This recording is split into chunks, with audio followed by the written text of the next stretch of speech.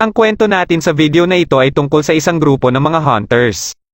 Mga tao sila na kinuha ng organisasyon ng Tianyuan para sa misyon na hanapin at iligpit ang mga nilalang na tinatawag na Wangliang. Isang gabi habang nasa isang misyon ng mga hunters ng 6th unit ay bigla na lang naging demon ng isa nilang kasamahan. Matapos nitong atakihin ang ibang miyembro ay mabilis na tumakbo sa sobrang takot ang isa pang miyembro na si Taken. Makalipas ang ilang araw ay naatasan ng Tianyuan na si Lady Luji ang isang hunter na si Uki para pamunuan ang bubuoing bagong 6th unit. Hindi siya nagdalawang isip na tanggapin ito at kaagad niyang pinuntahan ang isa din sa makakasama niya na si Shonkyo. Nang makita niya na ito ay pumunta naman sila sa kagubatan para hanapin ang pangatlo nilang miyembro. Napansin nila kaagad dito ang sobrang kapal na miasma. Ilang sandali lang ay bigla na lang may humigop dito at nakita nila sa di kalayuan ang hinahanap nila na si Shorei. Katapos ng ginawa ni Shorei ay naganyong demon na ang isa niyang kamay kaya kaagad siyang uminom ng Tianyuan pill. Biglang nagpakita dito si Lady Luoji at sinabihan sila Uki na isa umanong Guizon si Shorei na may kakayahan na kainin ang Wangliang. Dagdag pa nito na si Shorei din umano ang dahilan bakit nadakip ng dating 6th unit ang Tianyuan's eye. Katapos ay nabanggit din niya na may isa pa umano silang hahanapin at dati itong miyembro ng 6th unit. Ito ay si Taken at nahanap nila ito nang magtungo sila sa kalapit na nayon. Kasama din ito ang Tikadi na naatasan na din ni Lady Luoji para tumulong sa kanila. Nang makita ni Taken si Shorei ay nagulat ito at natakot dahil si Shorei pala ang kasamahan niya dati sa 6th unit na naging demon. Sinabi niya kina Uki na wala na siyang balak pang bumalik sa pagiging hunter kaya nagpakita na dito si Lady Luji. Tinakot siya nito dahilan para mapilitan na lang siya na bumalik. Naikwento niya kina Uki at Shonkyo ang mga ginawa ni Shorei sa iba nilang kasamahan nung magkakasama pa sila dati. Ngunit gayon pa man ay buo pa din ang pasya ni Uki na isama si Shorei sa 6th unit.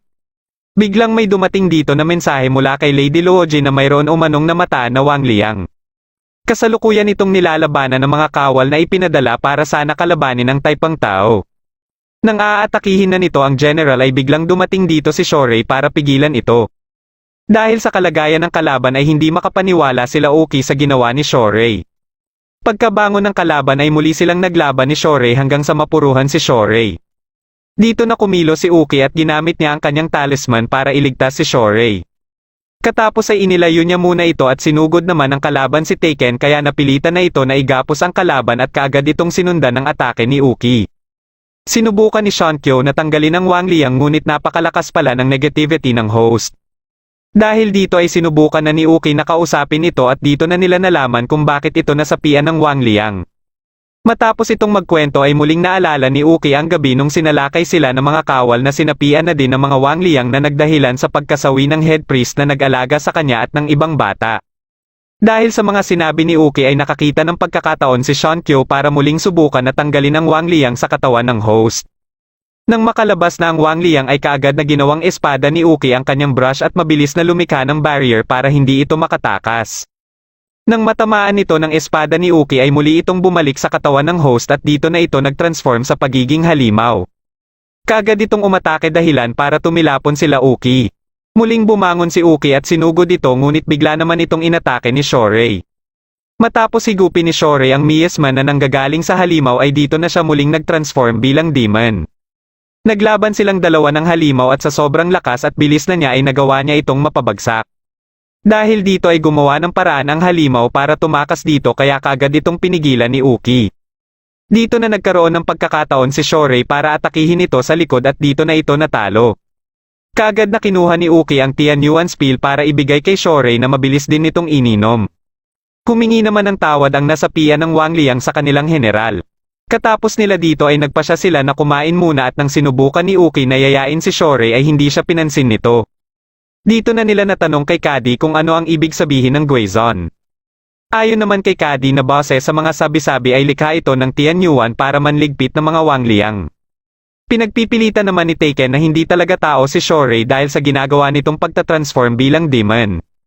Sinusubukan siyang pigilan ni Shonkyo dahil baka umano marinig siya ni Shorei ngunit hindi pa din siya tumitigil. Samantala sa isang bayan na malapit sa kinaroroonan nila ay tinawag ng babaeng manghuhula ang isang general na nakatalaga dito. Pagkalapit ng general ay ipinakita nito sa kanya ang espada na magbibigay umano sa kanya ng walang kapantay na lakas. Naakit dito ang general kaya kaagad itong nagpasya na kunin ang espada na ito. Wala siyang kaalam-alam na nalinlang na pala siya ng manghuhula. Ilang sandali lang ay muling nagpadala ng sulat si Lady Luoji tungkol sa isa na namang Wang Liang. Pinuntahan nila ang malapit na bayan dahil dito sinasabing namataan ang Wang Liang. Pagkadating nila dito ay napansin nila si Shorei na tumitingin ng mga pang-ipit sa buhok. Nang nilapitan nila ito para papiliin ay bigla na lang itong tumakbo at ilang sandali lang ay muli na namang nag-react ang kanyang dibdib. May napansin siyang nakamasid sa kanya pero hindi niya ito ipinaalam kay Uki. Kinagabihan ay inatake ng general na nasapian na ng Wang Liang mula sa espada ang isang residente dito. Nang makita ito nila Uki kinabukasan ay sigurado sila na nasa malapit lang ang gumawa nito. Dahil dito ay hinintay nilang dumilim para bantayan ito at nang mag-react muli ang dibdib ni Shorei ay nakita niya ang dahilan nito kaya sinundan niya itong mag-isa. Nang makarating siya sa isang bakanteng lote ay dito na nagpakita ang general.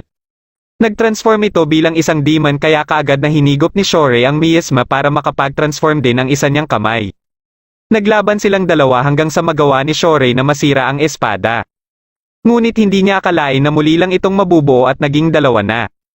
Habang hinahanap ni Uki si Shorei ay napansin niya ang miasma sa di kalayuan. Nakamatsyag lang din pala kina Shorei ang babaeng manghuhula na may-ari ng espada. Dahil nararamdaman na ni Shorei na hindi siya mananalo sa kasulukuyang lakas niya ay nagpasya na siya para mag-transform na din sa anyong demon. Nagpatuloy ang kanilang laban hanggang sa muli na namang masira ni Shorei ang espada. Dito na nag-evolve ang kalaban kaya pagkaatras ni Shorei ay mabilis itong umatake na hindi nagawang mailaga ni Shorei. Biglang dumating dito si Uki na kaagad lumikha ng barrier. Nang makalapit siya kay Shorei ay paulit-ulit naman siyang inatake ng kalaban. Sinubukan niya itong sanggain gamit ang kanyang barrier pero dahil sa lakas ng kalaban ay muntikan ng masira ang kanyang barrier. Buti na lang ay dumating na din dito si Shonkyo kaya muling naayos ang kanyang barrier. Dahil sa ipinapakitang tibay ni Uki ay napaisip na din ang babaeng manghuhula na hindi lang pala ang Guizon ang dapat niyang ikabahala. Pagkadating dito ni Taken ay iginapos niya kaagad ang kalaban at dito na din ginamit ni Uki ang kanyang 8-gate golden chain formation. Matapos sa gizo ni Taken ng pampasabog ang kalaban ay mabilis na kumilos si Shorei para atakihin ito. Dahil dito ay tuluyan ang nasira ang espada at matagumpay na nila itong natalo. Nang magising ang general ay umalis din kaagad dito ang babaeng manghuhula. Kinaumagahan ay nagpatuloy na sila sa paglalakbay sa paghahanap ng mga Wang Liang. Natanaw nila sa di kalayuan ang isang nayon na parang kagagaling lang sa sunog. Pagkadating nila dito ay nagulat sila nang makita ang mga nakahandusay na mga tao na wala ng buhay. Sa sobrang pagkagulat ni Shorei ay napansin na siya ni Uki kaya pinakalma siya nito. Ilang sandali lang ay nagpakita sa kanila ang ibang residente kaya kaagad nila itong tinulungan. Nang makausap nila ang mga ito ay nalaman nila na kagagawan pala ang mga ito ng mga bandido. Nabanggit din ng mga ito ang tungkol sa kakaibang kabayo na sinasakyan ng pinuno ng mga bandido. Nang mapansin ni Shorei ang miasma ay galing pala ito sa mga bandido na muling bumalik para umatake. Dahil dito ay kaagad na nasawi ang karamihan sa mga taga-nayon. Mabilis na kumilo si Uki at matapos ang pagsugod niya ay napansin niya na parang ang kabayo ang host ng Wang Liang. Nang aatakihin na sila Taken ng ibang bandido ay kaagad naman itong pinatulog ni Shonkyo. Dahil sa patuloy na pag-atake ng pinuno sa mga residente ay muling naalala ni Shorei ang gabi nung sinalakay ang kanilang bayan. Sa sobrang galit na nararamdaman niya ay humigop siya ng maraming miasma dahilan para mag-evolve ang pagiging demon niya. Dito na din siya nawala ng kontrol sa kanyang sarili kaya pagka-atake niya ay pati sila Uki ay nadadamay na din. Katapos ay inatake niya ang pinuno pero mabilis itong tumakas. Nang mahabol nila ito ay ginamit ni Uki ang kanyang talisman para mahawakan si Shorei at subukan na pakalmahin. Ngunit nakawala ito sa pagkakahawak ni Uki kaya ginamit na ni Uki ang kanyang 8-gate golden chain formation.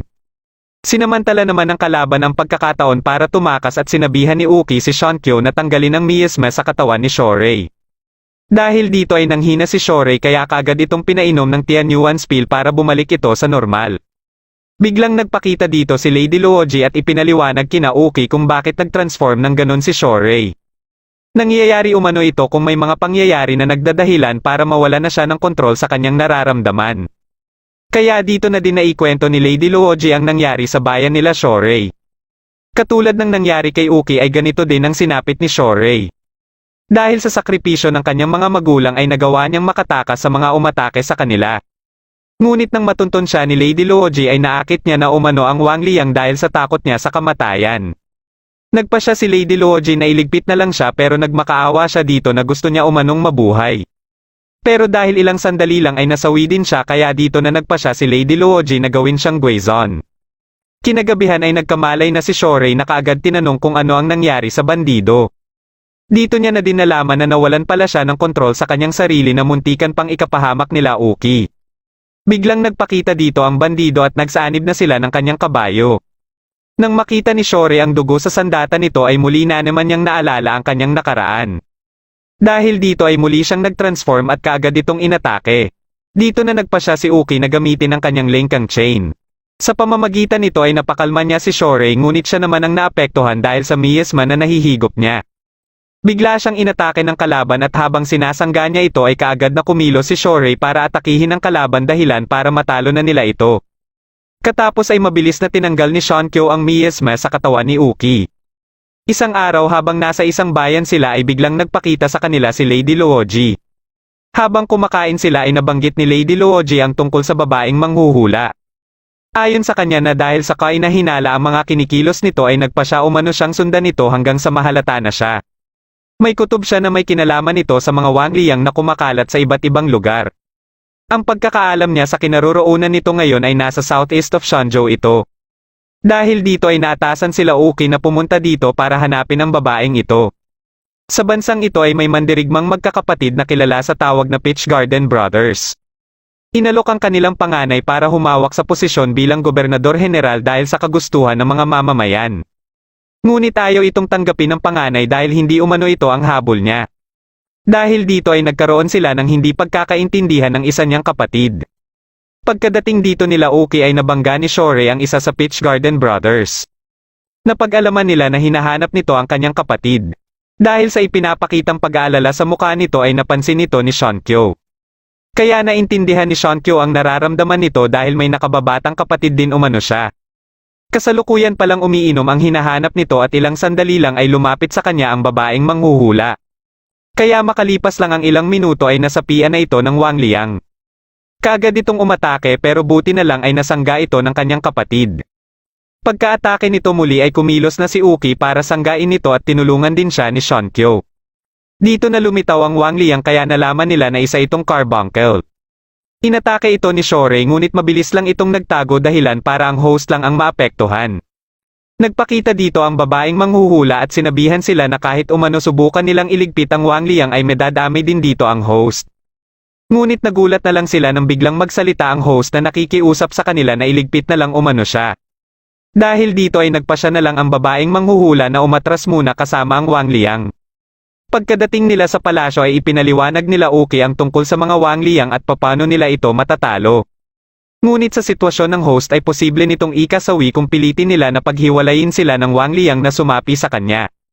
Nag-isip sila ng ibang paraan at kinagabihan ay hinarap ulit nila ang mga ito. Pinag-transform ni Uki si Shorei sa anyong demon nito at ginamit nila ang Linkang Chain para makontrol ng maayos ni Shorei ang kanyang demon form. Ngunit habang nakikipagpalitan na ng atake si Shorei sa kalaban ay bigla na lang nanghina si Uki. Pero hindi ito inintindi ni Uki at muling pinaatake si Shorei sa kalaban. Nang mapansin ng babaeng manghuhula na humihina na ang miasma ng kanyang Wangliang ay binigyan niya ito ng tinatawag niyang Wangliang Liquor. Dahil dito ay mas lumakas muli ang miasma nito at ilang sandali lang ay dumating naman dito ang nakakatanda nilang kapatid. Inatake ito ng babaeng manghuhula kaya kaagad na pinakilos ni Uki si Shorei para iligtas ito. Katapos ay sinabihan nito ang kanilang kapatid na hindi sumuko at huwag hahayaan na lemunin lang siya ng Wangliang. Nang makakita ng pagkakataon si Shankyo ay kaagad niyang ginamit ang Purification Sonata at mabilis na kumilos ang isa sa magkakapatid para tanggalin ang Wangliang. Sinalo naman ito ni Shorei at kaagad na iniligpit. Susubukan sana ng babaeng manghuhula na tumakas ngunit hinarangan siya ni Taken. Dahil dito ay inatake niya si Taken na mabilis namang sinangga ni Uki kaya dito na ito nagkaroon ng pagkakataon para tumakas. Kinabukasan bago sila umalis dito ay nakausap pa nila ang magkakapatid at sinabi ng nakakatandang kapatid na tatanggapin niya na umano ang posisyon bilang gobernador general. Isang gabi ay muling napanaginipan ni Taken ang araw nung inatake silang lahat ni Shorei. Dahil sa ginawa niyang pangiiwan sa kanyang mga kasamahan ay hindi pa din siya nilulubayan ng kanyang konsensya. Kaya kinaumagahan ng ipagluto sila ni Shorei ng almusal ay tinanggihan niya ito. Hindi umano siya kakain ng kahit anong luto ni Shorey at katapos ay lumabas na siya ng bahay. Pagsapit ng hapon ng pauwi na siya galing inuman ay nagulat na lang siya nang makita ang mga dati niyang kasamahan. Hindi siya makapaniwala na buhay pa pala ang mga ito. Ayon sa mga ito ay nagawa umano nilang magpagaling at pinaplano nila ngayon na bumalik sa pagiging hunter. Kaagad naman na humingi ng tawad si Taken sa mga ito dahil sa ginawa niya. Bagamat napatawad din siya kaagad ng mga ito ay mayroon namang hinihinging pabor ang mga ito sa kanya. Ito ay iligpit niya umano si Shorey na ikinagulat naman niya. Ayaw niya sanang sundin ang hinihinging pabor ng mga ito ngunit ipinaalala ni Fan sa kanya ang ginawa niyang pang-iiwan dito kahit na humihingi ito ng tulong sa kanya. Katapos ay tinutukan pa siya ng sandata ni Heian dahilan para pumayag na lang siya. Binigyan siya ng isang supot ng laso na galing pa ng kabundukan ng Kunlun. Ayon sa dati niyang captain na sa sobrang lakas nito ay kahit ang isang Guizon ay hindi makakaligtas dito. Pagkabalik niya sa kanilang tinitirahan ay siya na ang nagluto ng hapunan kaya madali lang niyang nailagay ang lason sa pagkain ni Shorey. Ngunit nang kakain na sana si Shorey ay pinigilan niya ito dahil hindi niya nakayanan ang kanyang konsensya. Katapos ay mabilis niyang kinuha ang kanyang niluto at dinala ito sa labas. Habang nasa labas na siya ay biglang nagpakita sa kanya sila Fan. Nalaman kaagad ng mga ito na hindi niya tinuloy ang paglason kay Shorey kaya nagpasya na lang ang mga ito na iligpit siya. Ngunit dahil sa pagmamakaawa niya ay binigyan siya ng isa pang pagkakataon. Gusto ng mga ito na dalhin niya umano si Shorey sa kanila. Kaya kinabukasan ay nagsinungaling siya kina Uki na mayroon umano siyang nakitang Wang Liang dahilan para mapasama niya ang mga ito sa lugar na sinabi ng dati niyang captain. Ilang sandali lang pagkadating nila dito ay nagpakita na sa kanila sila Fan. Hindi makapaniwala si Shorey na mga buhay pa ang mga ito. Dito na nalaman nila Uki na ito pala ang mga dating miyembro ng 6th unit. Biglang inatake ng captain si Shorey na sinundan pa ni Heian kaya tinulungan ito ni Uki. Mga nasapian na pala ng Wang Liang ang mga ito na epekto ng sobrang galit nila kay Shorey. Pagkaatake ni Heian ay tumulong na si Shankyo para sanggain ito. Sinubukan ni Shorey na atakihin si Heian ngunit nag-alinlangan siya dahil sa mga sinabi ni Fan. Dahil dito ay nagkaroon ng pagkakataon si Heian na makaatake sa kanila ni Uki. Inatake naman ni Fan si Shankyo at dito na nagapos ng captain si Shorey. Itinali niya si Shorey sa poste na sa ilalim pala nito ay may inihanda silang mga gunpowder at mga langis. Katapos ay inutusan niya si Taken para sindihan ang bomba. Napilitan si Taken na sundin ito ngunit napagtanto niya na parang kagaya na din siya sa ginawa dati ni Shorey sa ginagawa niya ngayon. Kaya bago pa umabot sa bomba ang apoy ay pinigilan niya ito. Katapos ay hinagisan niya din ng pampasabog sila Fan. Hinigop ni Shorey ang miasma na nanggagaling sa tatlo kaya nakapag-transform siya at nakawala sa pagkakagapos. Pagsugod muli ng mga kalaban ay pinasabog na ni Taken ang bomba kasama ang mga gunpowder at mga langis. Ngunit buhay pa din ang mga ito at mula sa miasma ay lumikha ang mga ito ng Supreme Black Dragon Blast. Pagkaatake ni Shorey ay tinutukan siya ng sandatang ito at buti na lang ay mabilis na nagamit ni Uki ang Linkang Chain kaya nahila pa niya si Shorey. Muling umatake ang mga kalaban at dito na ginamit ni Taken ang kanyang impregnable fortress para sanggain ito. Kaya pagkaatake ni Shorey ay hindi na nakasangga ang mga kalaban dahilan ng tuluyan na nilang pagkatalo. Katapos ng naganap na labanan ay naging maayos na din ang pakikitungo ni Taken kay Shorey. Makalipas ang ilang araw ay naatasan naman sila na kalabanin ang Wang Liang sa isang kaharian. Sa sobrang lakas ng Wang Liang ay halos mawazek na ang buong kaharian. Matapos mailigtas ni Shorey ang hawak nitong bihag ay napuruhan naman siya ng kalaban dahilan para lamunin siya ng miasma at mag-transform sa full demon form niya kahit gamit nila ni Uki ang Linkang Chain. Kaya naapektuhan na din dito si Uki dahilan ng pagbagsak niya. Sa galit ni Shorey sa kalaban ay paulit-ulit niya itong inatake hanggang sa pati ang host ay mailigpit niya din. Matapos niyang higupin ang lahat ng miasma ay dito na siya nawala ng malay. Hanggang sa sumikat na lang ang araw ay hindi pa din ito nagigising. Isa pa sa problema nila ngayon ay kung paano nila ito mapapabalik sa human form nito. Ilang sandali lang ay dumating dito ang babae na iniligtas nila na nagpakilalang si Yumi. Baka umano may maitulong siya sa kalagayan ni Shorey kaya dito na nalaman nila Uki na alam din ito ang tungkol sa Guizon. Ayon kay Yumi na ang kanyang master ang nagturo sa kanya tungkol sa mga Guizon. Matapos nitong pakiramdaman si Shorey ay nabanggit niya ang Curse Heart. Kumuha siya ng mga special talisman na nilikha ng kanyang master. Hinigop nito ang lahat ng miasma sa katawan ni Shorey kaya muling naibalik ang kanyang human form. Natanong naman ni Uki kay Yumi ang tungkol sa Curse Heart na ayon kay Yumi ay may kinalaman ito sa forbidden spell na kayang bumuhay ng nasawi na. Dagdag pa niya na parang isa itong false heart at para ma-maintain ito ay kailangan ng host ng miasma. Ngunit kung patuloy itong gagawin ni Shorey ay posibleng dumating ang araw na maging ganap na din siyang Wang Liang. Ito ang dahilan bakit isang forbidden spell ang paglikha ng curse heart. Pagsapit ng hapon ay kinausap ni Uki si Lady Luoji para tanungin ang tungkol sa curse heart. Hindi naman ito itinanggi ni Lady Luoji kaya nagalit si Uki na ngayon lang ito ipinaalam sa kanya. Paliwanag ni Lady Luoji na hindi naman ito kailangan pa nilang malaman sapagkat hindi naman talaga parte ng grupo ang isang Guizon kundi isa lang silang sandata na ibinigay sa mga hunters. Katapos ay nalaman din ni Uki na si Shorey lang ang Guizon na may curse heart. Ito lang umano ang paraan para buhayin siya muli matapos siyang masawi. Kinabukasan bago magpaalam sa kanila si Yumi ay nabanggit nito ang posibilidad na pwede pang matanggal ang sumpa sa puso ni Shorey. May kutob siya na baka may alam dito ang kanyang master. Matapos malaman nila Uki ang lokasyon ng master ni Yumi ay kaagad silang lumakad para puntahan ito. Habang nasa daan sila ay nakatanggap sila ng mensahe para sa susunod nilang misyon. Ngunit itinapon lang ito ni Uki dahil mas prioridad nila ngayon ang curse heart ni Shorey. Makalipas ang ilang oras na paglalakad ay nakarating na sila sa lugar ng master ni Yumi. Pagkapasok nila dito ay nakita nila ang master ni Yumi. Ngunit nang hinawakan ito ni Uki ay unti-unti itong naglaho at katapos ay nakita nila sa taas ang babaeng manghuhula. Nagpalabas ito ng halimaw kaya dali-dali silang lumabas. Kaagad na lumikha si Uki ng barrier ngunit sa isang sigaw lang ng halimaw ay mabilis itong nabiyak. Sinubukan ni Shorey na atakihin ito ngunit hindi siya umubra dito. Kahit ang ginawang atake ni Shonkyo ay hindi din umubra. Pagkabangon ni Shorey ay inatake naman siya ng ahas kaya ginamit na ni Uki ang Linkang Chain. Ngunit tinanggal lang ito ni Shorey dahil ayaw niyang malaman muli ng miasma si Uki. Matapos siyang ihagis ng ahas ay dito na siya nag-transform sa full demon form niya. Pagka-atake ng kalaban kay Taken ay kaagad niya itong sinangga. Katapos ay sinuntok niya ang mata nito kaya dinakip siya nito at inihagis papunta kay Uki. Pagka-atake nito sa kanila ay sinubukan itong sanggain ni Uki. Hanggang sa mabasag ang kanyang barrier at dito na sila nahulog sa ilog. Mabilis na umaksyon ang mga kalaban para sundan sila at gayon din sila Taken at Shonkyo. Napadpad naman sila Uki at Shorey malapit sa talon.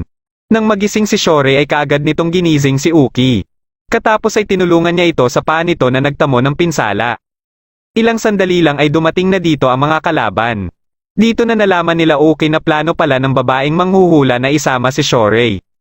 Ngunit wala namang balak si Uki na hayaan lang ito na kunin si Shorey kaya inutusan ng babaeng manghuhula ang halimaw na atakihin siya. Bago pa ito makalapit sa kanya ay ginamit niya kaagad ang 8-gate golden chain formation at katapos ay mabilis silang tumakbo ni Shorey.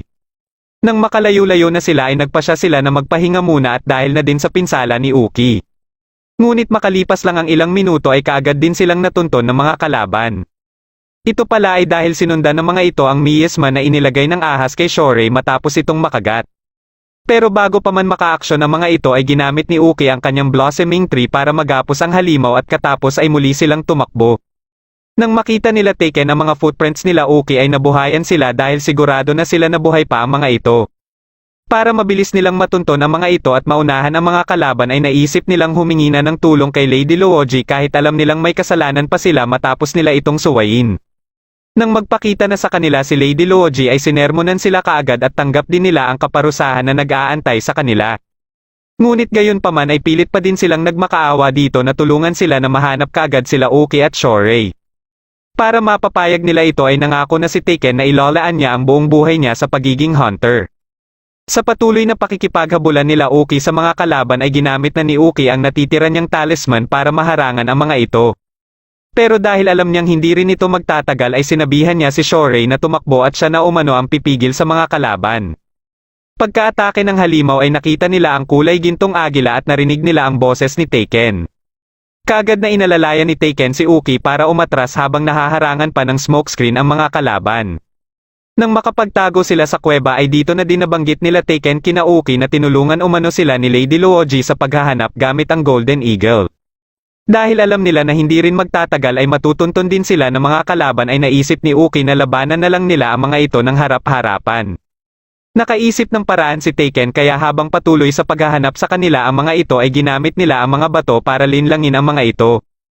Ginagamit pala ni Uki ang kanyang Linkang Chain na may miasma ni Shorey at dahil ang amoy nito ang sinusundan ng halimaw ay itinali niya din ito sa ibang mga bato. Dahil dito ay nagkaroon sila ni Shorei ng pagkakataon para magapos ang halimaw. Sa tulong ni Shankyo ay nabigyan si Uki ng dagdag na lakas at ginamit na din ni Taken ang inihanda niyang atake para sa halimaw. Kaya dito na sinamantala nila Uki at Shorei na iligpit na ang halimaw. Balak sana ni Shorei na habulin ang babaeng manghuhula pero ayon kay Uki ay hayaan na lang muna nila ito dahil ang mas importante umano ngayon ay ligtas sila pareho. Binalikan nila ang tinitirahan ng master ni Yumi sa pagbabaka sakali na mayroon silang makukuha dito na magagamit nila sa pagtuklas kung paano matatanggal ang sumpa sa puso ni Shorei. Ilang sandali lang ay dumating dito si Yumi na nalungkot matapos ang kanyang mga nakita. Pero dahil sa kagustuhan niyang matulungan si Shorei ay nakiusap siya kina Uki kung pwede siyang sumama sa mga ito sa kanilang paglalakbay. Nakikita ni Uki na malaki ang maitutulong nito sa kanila kaya bilang captain ng 6th unit ay pumayag siya dito. Makalipas ang ilang araw ng paghahanap nila ng lunas sa Curse Heart ay napunta sila sa nayon kung saan nakahandusay na lang ang mga tao dahil sa sakit na kumakalat dito. Nang makita nila ang sakit ng mga ito ay nabanggit ni Shankyo na kapareho ito ng sakit ng nakababate niyang kapatid. Kaya patuloy lang itong kumakalat dahil mapaghanggang sa ngayon ay wala pang lunas ang sakit na ito. Ilang sandali lang ay tinawag silang lahat ni Shorei para ipakita sa kanila ang mga papel na nakakalat sa nayon. Matapos itong makita ni Yumi ay nalaman niya kaagad na isa itong Cult of the Phoenix Talisman. Base sa pagkakaalam niya na ang pinuno ng mga ito na si Fanggo ay may kakayahan na lumikha ng gamot para sa sakit na katulad ng sa kapatid ni Shankyo. Dahil dito ay nagpasya silang puntahan ang kinaroroonan ng Cult of the Phoenix. Pagkadating nila dito ay hinarangan sila kaagad sa entrance. Pero ilang sandali lang ay dumating dito ang isang lalaki na nagpakilalang si Zongji para papasukin sila. Alam nito na sila ang 6th unit ng mga hunters kaya nagtaka sila Uki. Ayon dito na nakikita umano ni Fanggo ang lahat kaya alam nito na darating sila. Isinama sila nito sa kinaroroonan ni Fanggo at nalaman nila na isa pala itong bulag na batang babae. Kagad itong tinanong ni Shankyo tungkol sa gamot para sa sakit ng kanyang kapatid. Bagamat kinumpirma ni Fanggo na mayroon silang gamot na tinutukoy ni Shankyo ay hindi niya umano ito maibibigay kaagad. Kailangan umano muna nilang itigil ang pagtuligsa nila sa mga Wangliang na ikinagulat naman nila. Ito ay dahil naniniwala si Fanggo na imbis iligpit ang mga Wangliang ay tanggapin na lang ang mga ito at hayaan na mamuhay kasama ng mga tao. Dagdag pa niya na kahit may Wangliang man o wala ay ganun pa din ang ginagawa ng mga tao na makipagdigma. Kaya sa ginagawa ng mga hunters ay hindi na din umano sila naiiba sa mga warlords. Binigyan sila ng oras para makapag-isip at ipinaghanda muna sila ng kwarto na kanilang matutuluyan. Pagkadating nila sa kanilang silid ay pinag-usapan nila ang mga sinabi ni Fanggo. Ayon kay Uki na mahirap sundin ang gusto ni Fanggo dahil puro gulo lang ang maidudulot ng mga Wangliang sa mga tao. Nagpasya naman si Shankyo na lumabas muna para magpahangin. Dito na nabanggit ni Uki ang napapansin niyang kakaiba dito. Dahil kung may kakayahan pala sila na lunasan ng mga sakit ay bakit nagdudusa pa din ang ibang nayon. Dahil dito ay nagpasya sila na mag-imbestiga dito. May balak pala sila Fanggo at Zongji na makuha ang Guizan o si Shorei. Ito ay para gamitin ito sa matagal na nilang ninanais. Habang tumutugtog si Shankyo ay nagulat na lang siya nang makita niya dito ang kanyang kapatid na si Zontai. Hindi siya makapaniwala paano ito napunta sa lugar na ito. Ayon kay Zontai ay kinuha umano siya ng isang miyembro ng Cult of the Phoenix para dalhin dito. Dagdag pa niya na mas bumuti ang kanyang pakiramdam simula nang mapunta siya dito. Pero gayon pa man ay hindi pa din tuluyan na nawawala ang kanyang sakit. Ito ay dahil hindi pa umano na peperpekto ni Fanggo ang gamot. Kaya dito na siya humiling ng pabor sa kanyang ate para makuha ang huling kasangkapan na kukumpleto sa gamot. At ang kasangkapan na ito ay ang dugo ng isang Guizan na ikinagulat ni Shankyo. Kaya nasali na sa kanilang usapan si Shorei at pilit na nagmakaawa si Zontai kay Shankyo sa hiling niyang ito. Pinapili nito si Shankyo kung sino umano sa kanila ni Shorei ang mas importante. Dahil mahal na mahal ni Shankyo ang kanyang kapatid ay sinunod niya ang hiling nito. Kaya ilang minuto lang ang makalipas habang nag-iimbestiga si Shorei ay nakita niya si Shankyo at kaagad itong nilapitan. Dito na siya pinatulog nito ngunit hindi alam ni Shankyo na nakita pala sila ni Yumi. Kasama si Zontai ay dinala nila si Shorei kay Zongji na nangakong makukumpleto na umano ang gamot. Habang hinahanap naman nila Uki sila Shorei ay nakita nila si Yumi na tumatakbo papalapit sa kanila. Kaya dito na nila nalaman ang ginawa ni Shankyo kay Shorei. Katapos ay napansin ni Uki ang mga residente dito na pare-parehong nakangiti habang papalapit sa kanila. Dahil sa konsensyang nararamdaman ni Shankyo sa ginawa niya kay Shorei ay umiyak na lang ito. Balak pala nila Zhongji at Fang Guo na lumikha ng mga immortal na mandirigma na haharap sa mga hukbo ng mga warlords. At sa pamamagitan nito ay wala nang makakatalo sa kanila at mapapasakamay na nila ang Central Plain of Shenzhou. Nang inumpisahan na nila ang proseso ay kasabay nito ang pagkalat ng miasma sa buong lugar. Dito na sinabi ni Zontai kay Xiongqiu na nasawi na umano siya dahil sa paglala ng kanyang sakit na labis ikinagulat ni Xiongqiu. Katapos ay bigla nitong sinakal si Xiongqiu at dahil hindi pa din makapaniwala si Xiongqiu ay nawalan siya ng lakas para lumaban. Habang isinasagawa na nila Fang Guo ang proseso ay nagising na din si Shorei dahil sa miasma. Sinabi ni Zhongji sa kanya na gagawin umano siyang Jiangshi. Dahil sa pagiging Guizhou niya ay nakakasigurado ito na kung maging Jiangshi na siya ay walang sino man ang makakapantay sa lakas niya mapatao man o demon. Nalaman din niya na miyembro din pala ito ng Taipang Tao. Ginamit niya ang kanyang buhok para atakihin si Fang Guo na nagdahilan para maapektuhan din ang ibang mga Jiangshi kabilang na si Zontai. Dahil dito ay kaagad na sinabihan ni Uki si Yumi na lumabas na dito. Mabilis na itinuloy ni Fang Guo ang kanyang ginagawa kay Shorei at dito na din ipinakita ni Zhongji ang nakuha niya sa isang babae habang naglalakbay umano siya. Naniniwala siya na ang kinikilala nilang great teacher ang may likha ng Taipang Arts na ito at siya umano ang napili para muling ibalik ang Taipang Tao. Nilabanan naman nila Uki at Taken ang mga Jiangshi na kanilang nakakasalubong habang hinahanap nila sila Shorei at Xiongqiu. Nang maramdaman ni Zhongji ang nagaganap na labanan ay iniwan niya muna sila Fang Guo at pinuntahan niya ang kulungan para pakawalan ang iba pang mga Jiangshi. Ngunit dumating dito si Xiongqiu at iniligpit ang mga ito. Katapos ay tinalian din niya si Zhongji at tinanong sa kinaroroonan ni Shorei. Pero hindi siya kaagad sinagot nito hanggang sa dumating na din dito si Zontai. Dahil dito ay nagkaroon ng pagkakataon si Zhongji na makatakas sa kanya. Inatake siya ni Zontai at dahil alam niyang hindi na babalik pa ang kanyang kapatid ay tinuluyan niya na lang ito. Pagkabalik ni Zhongji sa kinaroroonan nila Fang Guo ay naiinip na siya dahil hindi pa din nagiging Jiangshi si Shorei. Nabanggit ni Fang Guo ang tungkol sa Curse Heart na ikinagulat niya dahil wala umanong nakasulat sa Taipang Arts tungkol dito. Dito na nagpakita ang babaeng manghuhula at kaagad itong natandaan ni Zhongji na siyang nagbigay sa kanya ng Taipang Arts. Nalaman ni Zhongji na sinadya pala nito na ibenta sa kanya ang Taipang Arts para mapakinabangan siya.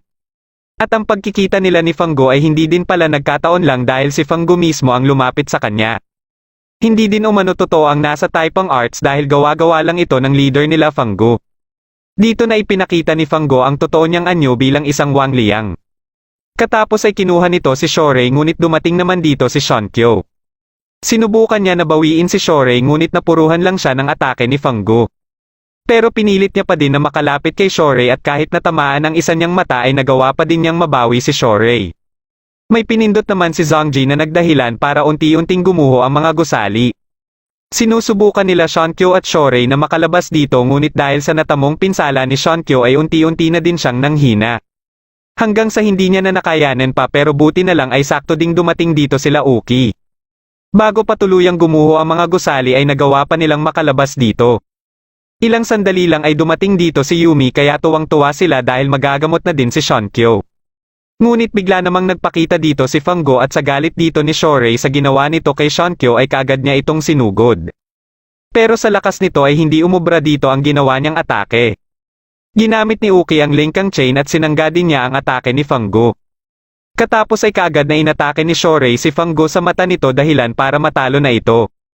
Nang papalayo na dito si Zhongji ay nagawa pa siyang mahabol ni Taken. Pagkadating dito nila Uki ay dito na nabanggit ni Zhongji na nagamit lang din umano siya ng Wang Liang King. Ito ang kumukontrol sa lahat ng mga Wang Liang at wala itong ibang iniisip kundi ang mangwasak lang. Dagdag pa niya na hindi umano kakayanin nila Uki ang lakas nito at katapos ng kanyang mga sinabi ay umalis na siya dito. Pagkabalik nila sa templo ay tapos na ding gamutin ni Yumi ang mga natamong sugat ni Xiongqiu ngunit hindi na niya nagawa pang mapagaling ang mata nito. Para mailabas ni Xiongqiu ang lungkot na nararamdaman niya ay tinugtog na lang niya ang paboritong musika ng kanyang kapatid. Makalipas ang ilang araw ay tinanggal na din ni Yumi ang bendahe sa kanyang mata. Ayon kay Lady Luoji na bagamat hindi niya magagawang maibalik ang paningin nito ay kaya niya umanong tanggalin ang peklat. Pero para kay Xiongqiu ay okay na umano siya dito at magsisilbi na lang umano itong aral sa kanya. Maliban sa hindi niya nagawang maisalba ang kanyang kapatid ay trinidor pa niya si Shorei. Katapos ay pinag-usapan naman nila Uki at Lady Luoji ang tungkol sa Wang Liang King. Ayon kay Lady Luoji na ilang beses na din nila itong tinalo at isinelyo. Ngunit sa tuwing may nagaganap na digmaan sa pagitan ng mga tao ay bumabalik din ito. Dahil dito ay parang ang mga tao lang din ang gumagawa ng paraan para magpabalik-balik ang Wang Liang King.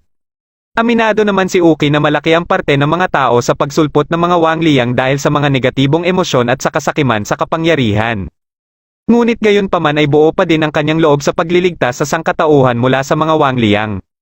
Makalipas ang ilang oras at habang tinuturuan niya si Shorei sa pagsusulat ng pangalan nito ay bigla na lang siyang nakaramdam ng hindi maganda dahil sa miasma. Ayon kay Yumi ay sobrang taas umano ng kanyang lagnat at ipinakita din nito ang miasma na kumakalat sa buo niyang katawan. Ayon naman kay Lady Luoji ay dahil ito sa sobrang paggamit niya ng Linkang Chain. Sa pagkakaalam ni Shankyo ay parati niyang tinatanggal ang miasma sa katawan ni Uki tuwing katatapos ng kanilang pakikipaglaban. Pero paglilinaw ni Lady Luoji ay iba ang Linkang Chain dahil nagiging isa ang caster nito sa Guizon. Kaya dito na mas napagtanto ni Shorei kung paano isakripisyo ni Uki ang buhay nito para sa kanya. Sinubukan ni Shankyo na gamitin ang kanyang purification ngunit hindi ito umubra. Nagpa siya si Taken at Shankyo na humanap muna ng maayos na mapapagpahingahan ni Uki at pinabantayan muna nila ito kina Yumi at Shorei. Habang pinupunasan ni Shorei si Uki ay sinabihan siya ni Yumi sa nag-iisang paraan na alam nito na pwedeng makasalba sa buhay ni Uki. At ito ay kailangan niya umanong higupin lahat ang miasma na nasa katawan ni Uki. Sa kagustuhan ni Shorei na mailigtas si Uki ay hindi siya nagdalawang isip na gawin ito. Sinimulan niya ito kaagad at mabilis naman itong umeepekto sa kanyang curse heart. Ilang sandali lang ay unti-unti nang nawawala ang miasma sa katawan ni Uki. Hanggang sa mawalan na ng malay si Shorei sa sobrang dami ng miasma na nahigop niya. Biglang dumating dito sila Shankyo kaya napilitan na si Yumi na ilantad ang kanyang totoong katauhan. Siya pala ang babaeng manghuhula at sinadya niyang pahigupin kay Shorei ang miasma sa katawan ni Uki para mapuno na umano ang curse heart. Dahil dito ay pwede niya na ngayon dalhin si Shorei sa Wang Liang King. Nabanggit din niya na gagamitin ng Wang Liang King ang curse heart para buksan ang Door of Grief. Ito yung pinto na nagkokonekta sa mundo ng mga tao at sa kabilang mundo. Sa pamamagitan nito ay muling magbabalik ang mga nasawi na ngunit bilang mga Wang Liang na. Sinubukan ni Taken na atakihin si Yumi ngunit na-counter lang siya nito. Nang si Shankyo naman ang umatake ay nilamon naman siya ng miasma dahilan para manghina siya at mawalan ng malay. Pagsapit ng gabi ay dito lang nagkamalay si Uki kaya nang makita niya na walang malay ang dalawa ay kaagad niyang sinubukan na gisingin si Shankyo. Nang magising si Shankyo ay kaagad nitong ipinaalam sa kanya ang tungkol kay Yumi at ang pagdukot nito kay Shorei. Hindi pa din sila makapaniwala na si Yumi pala ang babaeng manghuhula dahil ilang beses na sila nitong tinulungan. Kaya naisip ni Shankyo na baka may iba itong rason. Nagpakita sa kanila si Lady Luoji at sinabihan sila na posibleng dalhin si Shorei sa Palace of Fiends kung saan naruroon ang Wang Liang King. Ngunit ang problema ay hindi din pala alam ni Lady Luoji kung saan ang eksaktong lokasyon nito. Sinusubukan umano ng Tianyuan na hanapin ito ngunit hanggang ngayon ay bigo pa din sila. Gayon pa man ay may alam siyang paraan paano nila masusundan sila Yumi. Gagamitin umano nila ang natitirang miasma sa katawan ni Uki na nakuha nito kay Shorei. Dagdag pa niya nagagana lang ito sa mga gumamit na ng Linkang Chain. Inumpisahan niya ang proseso dito at matapos makita ni Uki ang mga alaala niya kay Shorei ay dito niya na nakita ang kasalukuyang lokasyon nito. Dahil dito ay pinalabas na ni Lady Luoji ang Golden Eagle mula kay Uki at ito ang gagabay sa kanila papunta kay Shorei. Kinaumagahan pagkadating nila Yumi sa lugar ng kanyang master ay dito niya na inumpisahan ang ritual. Ngunit biglang dumating dito ang Golden Eagle at ginamit ni Uki kay Yumi ang 8-gate Golden Chain Formation. Akala nila ay didiretso ito sa Wang Liang King kaya dito na nila nalaman na may iba pala itong balak gawin para maibalik niya umano ang kanyang pamilya. Nagpalitan sila ng mga atake hanggang sa mapabagsak ni Yumi sila Uki. Pagkabangon nila Uki ay muling umatake si Yumi pero nasangga ito kagad ni Uki. Sinusubukan naman ni Shorei na pigilan si Yumi kaya nang mawala ang focus nito kina Uki ay dito na umatake si Uki gamit ang kanyang Strafe Burst. Katapos ay mabilis nilang nilapitan si Shorei ngunit bago pa man sila makalapit dito ay nagpakita dito ang Wang Liang King para kunin si Shorei. Pinarusahan din nito si Yumi dahil nalaman na nito ang ginawang pagtatraidor ni Yumi. Matagumpay nitong nakuha si Shorei pero dahil sa tulong ni Yumi ay nalaman nila Uki kung saan ang eksaktong lokasyon ng Palace of Fiends. Kaya ilang sandali lang matapos makarating dito nila Shorei ay dumating din kaagad dito sila Uki. Dahil dito ay may ginawa ang Wang Liang King kay Shorei na nagdahilan para maglabas ito ng napakadaming miasma. Sa sobrang dami nito ay kumalat ito sa iba't ibang lugar kaya natatano ito ng mga tao. Kinalaban nila Uki ang mga Wang Liang na nakakasalubong nila hanggang sa makapasok sila sa mismong loob ng palasyo. Nang papalapit na sila kay Shore ay inatake naman sila kaagad ng Wang Liang King na nagdahilan sa pagkasira ni Kadi. Katapos ay tinanggal na ng Wang Liang King ang curse heart ni Shore dahilan ng agarang pagkasawi nito. Pagkasanib sa curse heart ng Wang Liang King ay nagtransform naman ito bilang Wang Liang Princess. Pinasabog nito ang buong palasyo at inumpisahan na din ito na buksan ang Door of Grief. Napalaban na din sa mga Wang Liang ang mga mandirigma ng iba't ibang bansa. Pagkabangon ni Uki ay kaagad nitong nilapitan si Shore. Nilapitan siya nila Shankyo at sinabi niya sa mga ito na hindi dapat nila hayaan na tuluyang magbukas ang Door of Grief. Pagkalapit nila sa Wang Liang Princess ay kaagad silang inatake nito. Para makalapit si Uki sa Wang Liang Princess ay sila Taken at Shankyo ang umatake sa mga alagad nito. Ngunit naunahan nito si Uki at nadamay din sila Taken at Shankyo sa ginawang atake nito. Tumilapon si Uki pabalik sa kinaroroonan ni Shore kaya nilapitan niya ito muli. Nang hinawakan niya ang kamay nito ay may narinig siya na mga sinabi nito kaya bigla siyang nagising. Dahil dito ay muli siyang nagkaroon ng lakas ng loob para lumaban. Dito niya na ginamit ang kanyang lingkang chain at pinunterya ang curse heart. Dahil galing ito kay Shore ay alam niyang gagana pa din dito ang lingkang chain. Pero dahil sa ginagawa niyang ito ay naaapektuhan naman siya ng miasma.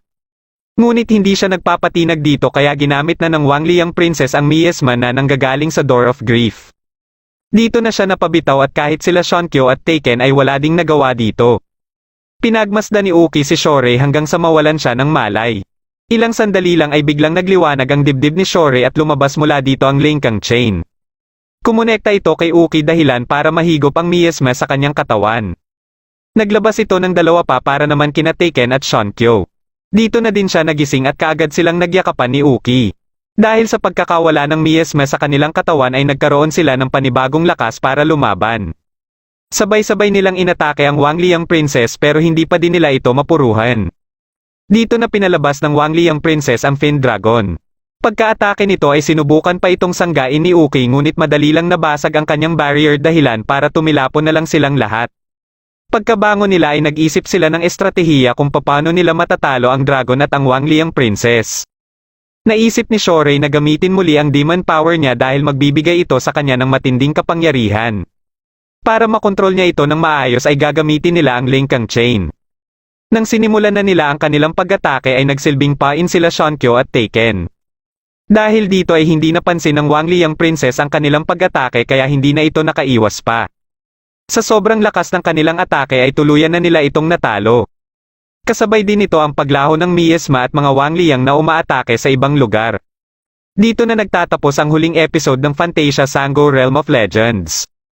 Kung nagustuhan mo ang ating kwento ay huwag kakalimutan mag-like at mag-subscribe na din para malalaman mo kaagad kung may bago akong video.